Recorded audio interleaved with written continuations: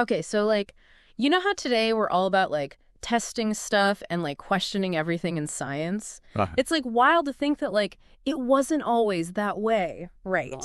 And reading Yuval Noah Harari's book, Sapiens, kind of makes you realize that like, whoa, there was this whole other way of like seeing the world it was true. where like knowing stuff wasn't about like experiments or whatever, but it was like all about these like old stories and like your grandparents told your parents and what your parents told you. Yeah, it really makes you realize like the scientific revolution. Totally. It wasn't just about like finding out cool new things, Yeah. you know. Right. Hari really gets it when he says it was like Yeah. this like total like mind shift in like how humans like approach knowledge itself. Yeah. Like, can you imagine like before this revolution happened, like if you were like a scholar or something Yeah. and you were like, well, I don't know. Oh my God. That was basically it for your career. Right. Like fund my research. I have no idea what's going on, but give me money so I can figure it out. Right? Like that would have gone over so badly. No way. Like the world before science, like really, really looked up to ancient wisdom. Right. Yeah. So like if some like super famous philosopher from like way back when said like, yo, the earth is like the center of everything, that was like good enough for everyone.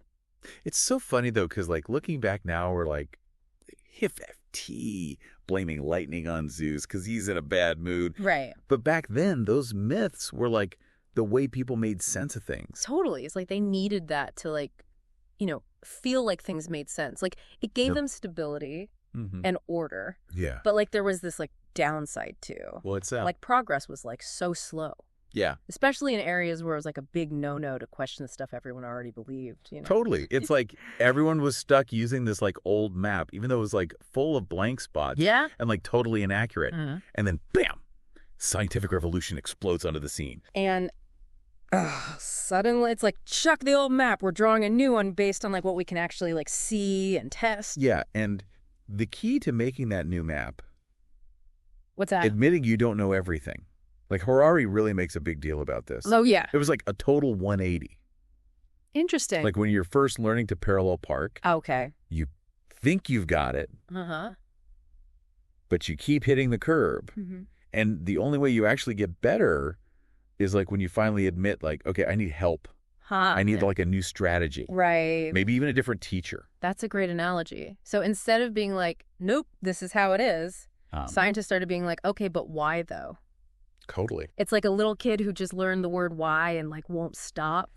Yeah. But like this time, these whys led to some pretty big discoveries. For right? sure. And like scientists weren't just like accepting any old answer either. It became Right. all about being skeptical. Oh, so they weren't just like, oh, okay, if you say so. Nope.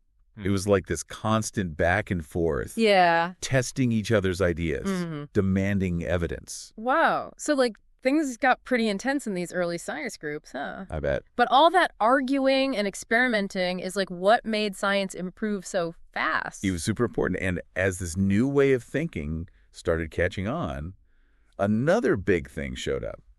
Math. Oh, yeah, math. It became the language of science. Oh, okay. You know, allowing scientists to be way more precise than they could ever be before. So like instead of just being like, the planets are moving kind of weird, Right. you could use math to like draw their exact paths. Yeah. Like predict where they'd be in the future and even like figure out how heavy they were. Exactly. Totally changed the game. Big time. Okay, Yeah. but think about this for a sec. How would you describe how big a pizza is without using math? Oh, gosh. Like it's kind of big, Right. bigger than my head. Right. But with math, you can say exactly how wide it is, like in centimeters. And that's what math did for science. Yeah. Made things super clear and accurate. Okay, Because like cool. suddenly having a ruler instead of just like guessing about sizes. Yeah.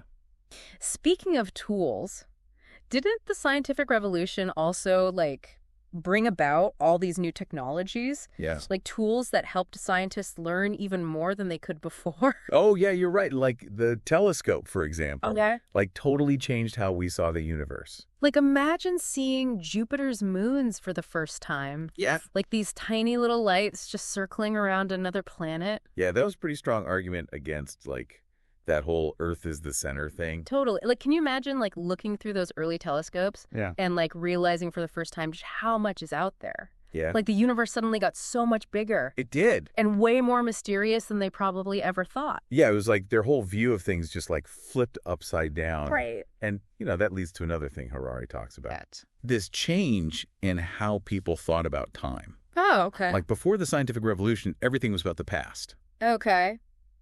Tradition and ancient wisdom were like the ultimate knowledge. Interesting. The past was like way more important than the future. So like everything was about like, well, that's how it's always been done. Pretty much. But then the scientific revolution comes along and flips that whole idea on its head, right? Totally. It was like, okay, yeah, the ancients knew some stuff, but we can go beyond that. We can create new stuff. It was like humanity finally realized it could like make its own future. But wait, wasn't that kind of a dangerous idea too? How so? Like, didn't this whole belief in progress also lead to some of the problems we have today?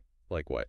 Like messing up the environment or like going crazy with technology without thinking about the consequences? Yeah, I see what you mean. Like we got all this power from the scientific revolution, but maybe we weren't really ready for it? Right. And that's something people are still debating even today. You know? And progress isn't automatically good or bad. Right. It all depends on how we use it. So, like, the scientific revolution gave us the tools to change the world. But it didn't really tell us how to use those tools responsibly. Exactly. It's like we were given this crazy powerful engine, but no map to tell us where to go. I like that analogy. Thanks. And, that's why it's so important to be having these conversations, to, like, look back at what the scientific revolution did and figure out how we can use that knowledge to make things better for people and the planet. So it's like the scientific revolution wasn't just about new discoveries, but about new responsibilities, too. Like, we leveled up as a species, but forgot to learn about ethics. Yeah. But to be fair, the scientific revolution did, like, lay the groundwork for critical thinking and, like, questioning authority. That's true. And those are super important for figuring out how to do the right thing. So maybe it's not about whether the scientific revolution was good or bad, but about using what we learn from it to build a better future. Yeah, I think that's a really important point. And it brings us back to what Harari is saying. The scientific revolution was all about how human knowledge can, like, totally transform the world. Okay. But when you get that much power, you got to use it carefully. True. It's up to us to decide how to use it the right way. This deep dive is seriously making me rethink the whole scientific revolution thing. Right, it's not just some boring history lesson. Yeah. It's a story that's still happening and we're all a part of it. I agree. But okay, let's step back for a second. Okay. What are some of the big things we've learned from talking about the scientific revolution? Like, what does it all mean for us now, like in the 21st century? Well, one of the biggest things is to stay curious. Yeah. Like never just accept things the way they are. Okay. The scientists back then weren't afraid to question everything, to be like, why? Yeah. And to want proof. Yeah. And that's even more important now than ever. Especially since like we're constantly getting bombarded with info from everywhere. Totally. It's like we need some kind of like science filter to like block out all the noise and figure out what's actually true. Yeah. You got to be able to tell the difference between what's real and what's just hype. Totally. And another important thing is like working together. Collaboration, right? Yeah. The scientific revolution wasn't just one person's work. It was like a team effort. Okay. A bunch of scientists and thinkers and inventors all building on each other's ideas. Like we can do so much more when we work together than when we try to do everything ourselves. Exactly. Sharing knowledge and using everyone's strengths. For sure. And one last thing. Remember that the scientific revolution wasn't just a moment in time. Oh. It's like a process that's still going on. Right. We're still making new discoveries and inventing new stuff and pushing the limits of what we know. So it's like we all inherited this way of thinking from the scientific revolution. It's pretty cool to think that we're still benefiting from these changes that happened like centuries ago. Yeah. But here's a thought. You said earlier that this whole shift towards focusing on the future wasn't all good. Right. Are there other areas where we're maybe still stuck in old ways of thinking? Maybe. Like, even after everything we learned from the scientific revolution, like, it's like we upgraded our brains with the scientific revolution. Okay. But we haven't quite updated, like, all the software yet. Like, are there still some glitches in how we think that we haven't really dealt with? Yeah, that's a good way to put it. Okay. And I think there are some areas where our thinking is, like, lagging behind. Like where? Well, think about, like, healthcare. Okay. Where people still use, like, traditional remedies alongside modern medicine. Oh, yeah. Or even, like, in economics and politics, where people's, like, strong beliefs sometimes get in the way of, like, solutions that actually have evidence to back them up. So you're saying that even though we've, like, embraced science in some parts of our lives, we're still holding on to old habits and beliefs in other parts? Yeah. It's almost like we're scared to really question everything. Right. But isn't that kind of weird considering what the scientific revolution was all about? You mean like questioning everything? Yeah. It was all about, like, embracing the unknown, questioning assumptions, and being open to new ideas. Exactly. So if we don't do that, aren't we, like, limiting what we can achieve? I think so. Yeah. You know, there's something comforting about the familiar. Okay. Even if it's not the best way of doing things. Like, how many times have you heard someone say, well, we've always done it this way? Oh, my gosh, all the time. Right. Especially at work. Yeah, it's like human nature to not want to change. Yeah. Especially when it comes to, like, stuff we really believe in. But isn't that kind of ironic? How so? Like, the whole point of the scientific revolution was to, like, embrace new things and question what we thought we knew. Right.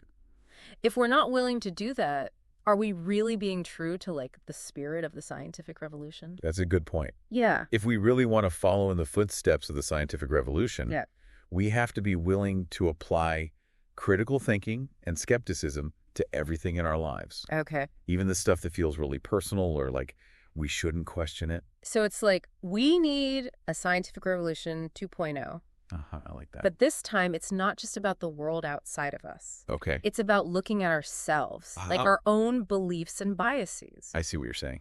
Maybe we need to, like, update our mental operating systems. I love that. Like a scientific revolution for our minds. Yeah. Where we apply the same rigor and evidence-based reasoning to our own thoughts and beliefs. Right. Imagine what we could achieve if we could get rid of those old ways of thinking and really embraced a scientific approach to everything. That's exciting. Yeah. And a little scary. But that's what the scientific revolution was all about, right? Yeah. Embracing challenges and pushing the limits. Exactly. And remember, you don't have to be a scientist to think like one. True. You just got to be curious and skeptical and willing to learn. It's like we all have that inner scientist inside of us. We do. This deep dive has been amazing. Glad you liked it. Thanks to you. I think we've all learned a lot about the scientific revolution. You're welcome. And how it still affects us today. It does.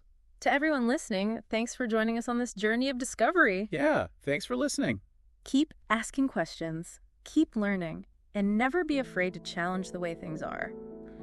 You never know what you might find. You never know what you might find. Until next time, keep those minds curious.